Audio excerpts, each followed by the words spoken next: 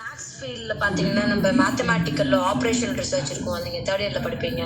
Okay, நிறைய research இருக்குது. Okay, action research, applied research, fundamental research.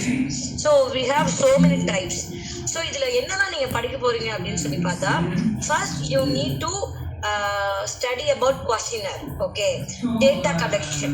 So data collection is nothing but that's நம்மளுடைய ஸ்டடிக்கு வந்து நம்ம யாரெல்லாம் யூஸ் பண்றோமோ, so okay, respondents, they are called as respondents. For example, இப்போ data collectionல வந்து பாத்தீங்கன்னா primary and secondary.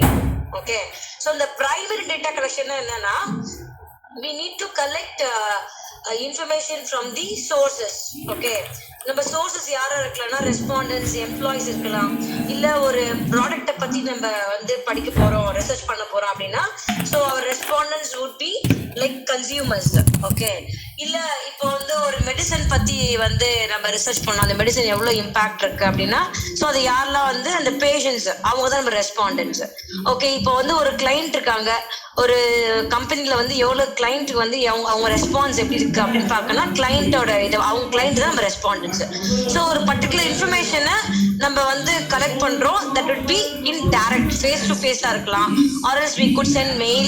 Okay, we can send schedule or we can send questionnaire. Google ஃபார்ம்ல இப்போ எல்லாரும் பண்றாங்க. கூகுள் ஃபார்ம் எடுத்துட்டு அதுல you can type the questions whatever you want and you can send that questions to the respondents. So like that நம்ம வந்து டைரக்டா ஒருத்தவங்கள்ட்ட இன்ஃபர்மேஷன் வாங்குறோம் அப்படின்னா it will be coming under primary data collection. Okay, so இப்போ secondary data collection அப்படின்னா என்னன்னா, may audible Nirmal Lakshith?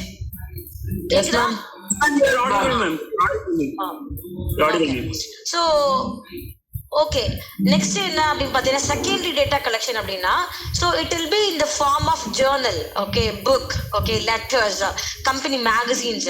So already somebody has written and the researcher is going to take the information from the secondary data. Secondary data is already available resources, available sources.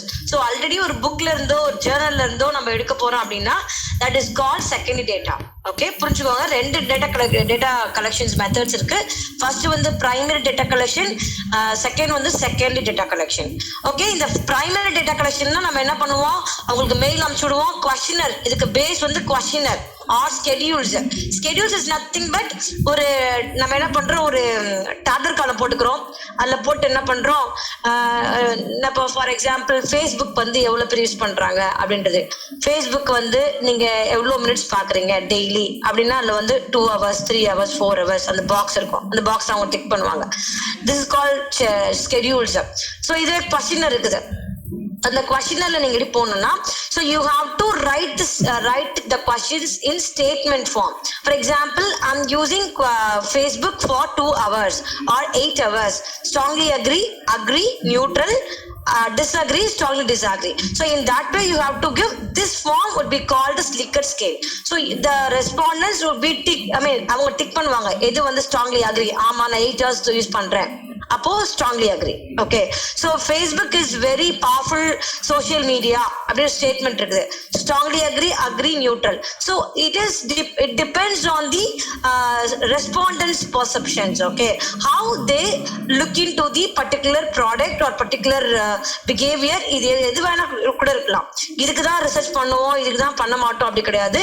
it will be using multiple resources. Okay, இது multi disciplinary அப்ரோச்ல இந்த research வரும். Okay, நான் உங்களுக்கு சொல்லி தரேன். Fundamental ரிசர்ச்னா என்ன, applied ரிசர்ச்னா என்ன, அதுக்கப்புறம் action research, ex post facto research, so many things are there.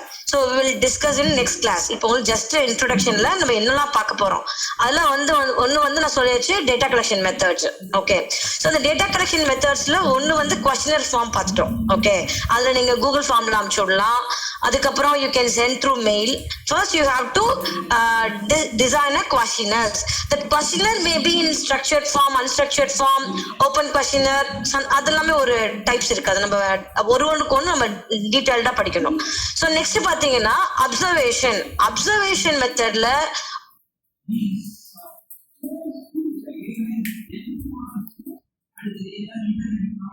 am I audible? Yes ma'am. Yes ma'am.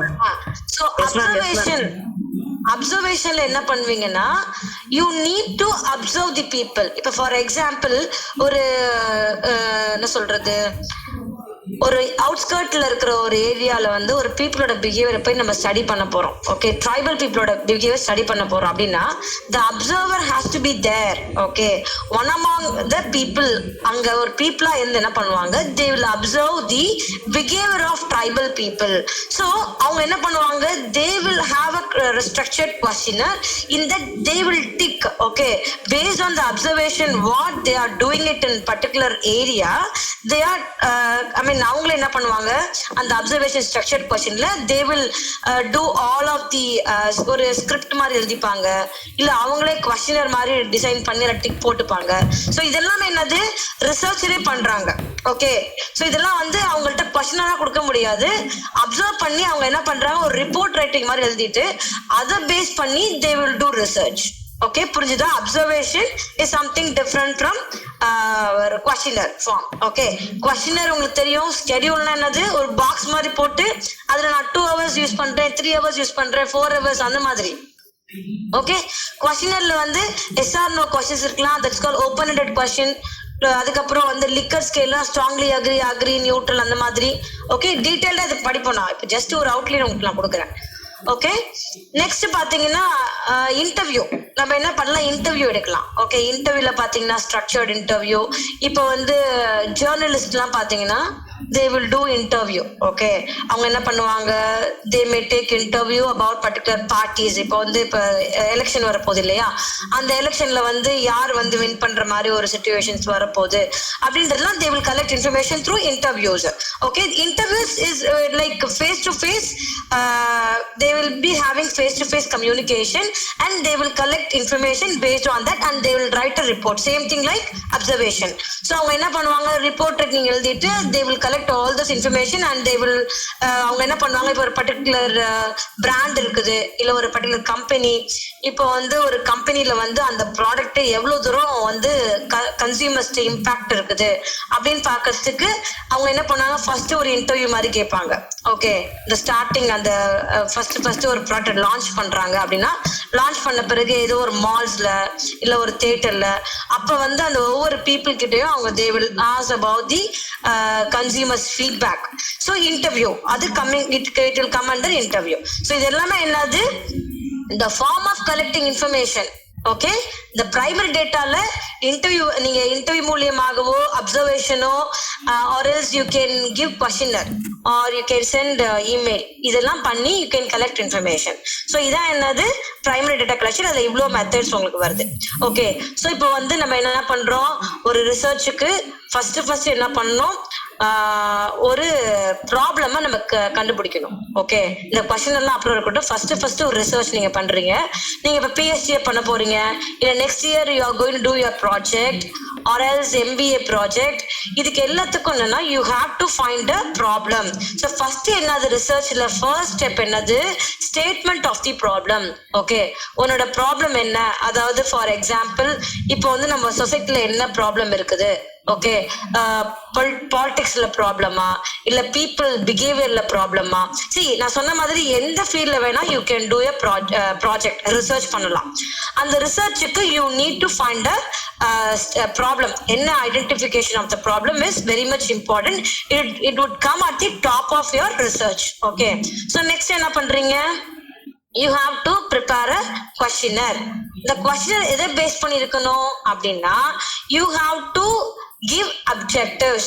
So for example நான் என்ன சொல்றேன், ஒரு எக்ஸாம்பிள், ஹெச்ஆர் பத்தி ஒரு ரிசர்ச் பண்றோம். என்னன்னா எல்லா ஹெச்ஆர்ஸும் ரெக்ரூட்மெண்ட் பண்ணும்போது அவங்க வந்து ரொம்ப டிரான்ஸ்பரண்டா பண்றாங்களா அப்படின்னு ஒரு topic. Okay, so recruitment process இன் கம்பெனிஸ் அப்படின்னு ஒரு ப்ராஜெக்ட் நான் பண்றேன்.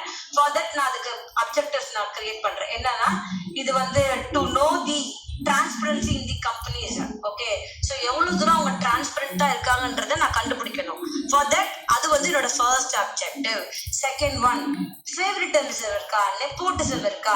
ஃபேவரிட்டிசம் இஸ் சம்திங், இப்போ எனக்கு ஒரு வேகன்சி இருக்கு என்னோட கம்பெனில, நான் எனக்கு பிடிச்சவங்களை வந்து அந்த பொசிஷனுக்கு வேக்கெட்டை ஃபில் பண்றேன். That's called favouritism. Okay, nepotism அப்படின்னு சொன்னா என்னோட பிரதர்ஸ் சிஸ்டர்ஸ் அண்ட் ரிலேட்டிவ்ஸை வந்து நான் அந்த பொசிஷனுக்கு இந்த வேக்கண்ட் நான் ஃபில் பண்றேன் அப்படின்னா that's call nepotism. Okay, so nepotism favouritism வந்து இந்த கம்பெனி இருக்கான்னு செக் பண்றது என்னோட செகண்ட் அப்ஜெக்டிவ். ஓகே, தேர்ட் என்ன சொல்றேன், if there is any issues I need to give some suggestions. So giving some suggestions would be on third objective. So என்னோட first problem நான் identify பண்ணிட்டேன். என்ன ப்ராப்ளம் ஐடென்டிஃபிகேஷன், ரெக்ரூட்மெண்ட் ஒரு கம்பெனில கரெக்டா போகுதா. ஸோ அதுக்கு என்னது, study on recruitment process in company, Google company போட்டுக்கலாம், கூகுள் பிரைவேட் லிமிடெட். ஓகே, இதான் என்னோட ப்ராப்ளம் ஹெட்டிங், நல்லா கவனிச்சுக்கோங்க. நெக்ஸ்ட் வந்து I need to frame objectives. First objective என்ன ஃப்ரேம் பண்ணேன், anybody can say that? First objective or second three எதை வேணா சொல்லுங்க. Hello Ma'am, statement of the problem, ma'am. Statement of the problem. அந்த first problem என்ன சொன்னேன், அவங்க ப்ரொசீஜர் கரெக்டா ஃபாலோ பண்றாங்களா.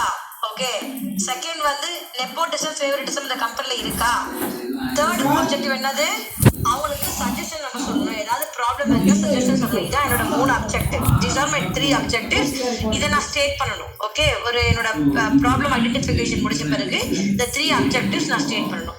அதுக்கப்புறம் என்ன பண்ணணும், டேட்டா கலெக்ஷன். See, அந்த டேட்டா கலெக்ஷன்ல I should go for primary data collection. Secondary வந்து போக முடியாது. எப்பயுமே வந்து பாத்தீங்கன்னா இந்த குவாலிட்டேட்டிவ் ரிசர்ச்ல நம்ம என்ன பண்ணுவோம், செகண்டரி டேட்டா வந்து நம்ம வச்சுப்போம். along with that primary data collection is very much important. இப்போ ஃபினான்ஸ் பத்தி படிக்கிறோம், அக்கவுண்ட்ஸ் பத்தி படிக்கிறோம் அப்படின்னா தான் என்ன பண்ண முடியும், we can use that secondary data collection. Okay, so இந்த நம்ம ஒரு ரெஸ்பாண்டன்ஸை வந்து நம்ம வந்து அவங்கள்ட்ட இருந்து இன்ஃபர்மேஷன் வாங்கணும் அப்படின்னு சொன்னா, so we have to go for this primary data collection. அதில் அப்சர்வேஷனோ இன்டர்வியூவோ கொஸ்டினோ ஏதோ ஒரு மெத்தட் போய்க்கிறோம். ஸோ முடிச்ச பிறகு கொஸ்டினர் நம்ம என்ன பண்றோம், எல்லாத்தையும் வாங்கியாச்சு. இப்போ ஒரு 50 பேர்கிட்ட we got information. என்னன்னா உங்க கம்பெனில ஒரு எம்ப்ளாயிஸ் இப்போ கேட்குறோம், உங்க கம்பெனில நல்லா வந்து அந்த கொஸ்டினர் இது மாதிரி இருக்கு, உங்க கம்பெனில வந்து ஃபேவரட்டிசம் இல்லாம இருக்கா, உங்களுடைய ரெக்ரூட்மெண்ட் பாலிசில வந்து ரெக்கமெண்டேஷன்லாம் அவங்க ஃபாலோ பண்றாங்களா, இல்ல டிரான்ஸ்பரன்சியா இருக்காங்களா, இந்த மாதிரி ஒரு 10 கொஸ்டின்ஸ் கொடுக்குறோம் ஒரு 50 மெம்பர்ஸுக்கு. அந்த 50 மெம்பர்ஸும் அந்த 10 கொஸ்டின்ஸை படிச்சுட்டு அவங்க என்ன பண்றாங்க, ஸ்ட்ராங்லி அக்ரி, இல்ல first question strongly agri, second question disagree, இந்த மாதிரி அவங்க போட்டு கொடுத்துருவாங்க. ஸோ இதெல்லாம் நம்ம என்ன பண்ணணும், ஃப்ரேம் பண்ணணும். என்ன ஃப்ரேம் பண்ணணும்னா, ஸ்ட்ராங்லி அக்ரி எத்தனை பேர் சொல்லியிருக்காங்க, டிஸ்அக்ரி எத்தனை பேர் சொல்லியிருக்காங்க, ஸோ ஸ்ட்ராங்லி டிஸ்அக்ரி, இந்த மாதிரி நம்ம கேட்டகரைஸ் பண்ணி வச்சுக்கணும். ஓகே, அதெல்லாம் வந்து பாத்தீங்கன்னா அனாலிசிஸ் அண்ட் இன்டர்பிரேஷன். இதான் என்னது, ஃபோர்த். ஃபர்ஸ்ட் என்ன பண்றோம், problem identification, second objective statement, third என்ன பண்றோம், we have to collect data. Okay, primary செகண்ட்ல பண்றோம். ஃபோர்த் வந்து analysis and interpretation. So we have to analyze the respondents feedback. Okay, so and we have to interpret. நம்ம என்ன பண்றோம், அதுக்கு ஒரு டேப்லர் காலம் போட்டுக்கிறோம். ஃபர்ஸ்ட் கொஸ்டின், ஃபேவரட்டிசம் நெப்போட்டிசம் இருக்கா, to check favouritism nepotism in the company அப்படின்னு heading போட்டுட்டு அந்த particular what do you call that table போட்டுறணும். அதில் ரெஸ்பாண்டன்ஸ் இப்போ 50 பேர்ல வந்து 20 மெம்பர்ஸ் ஸ்ட்ராங்லி அக்ரி சொல்லியிருக்காங்க, 10 மெம்பர்ஸ் நியூட்ரல் சொல்லியிருக்காங்க, 5 மெம்பர்ஸ் ஸ்ட்ராங்லி டிஸ்அக்ரி, இன்னொரு 5 மெம்பர்ஸ் ஸ்ட்ராங்லி அக்ரி. ஸோ இதெல்லாம் 50 வந்துருச்சா உங்களுக்கு, அதுல 20, 5, 10, 5, 5 இந்த மாதிரி நம்ம கேட்டகரைஸ் பண்ணிருக்கணும். பண்ணிட்டு இது எல்லாத்துக்கும் என்ன பண்ணணும், from the above table it is inferred that அப்படின்னு போட்டு 20 பீப்புள்னா இட் வில் கம் அரவுண்ட் எவ்வளவு பர்சன்டேஜ் வரும், 40% ஆஃப் பீப்புள். ஓகே, 50 ரெஸ்பாண்டன்ஸ் இருக்குனால அது 2 ஆல நீங்க மல்டிப்ளை பண்ணிக்கோங்க, அதான் உங்களுக்கு 100% வருது.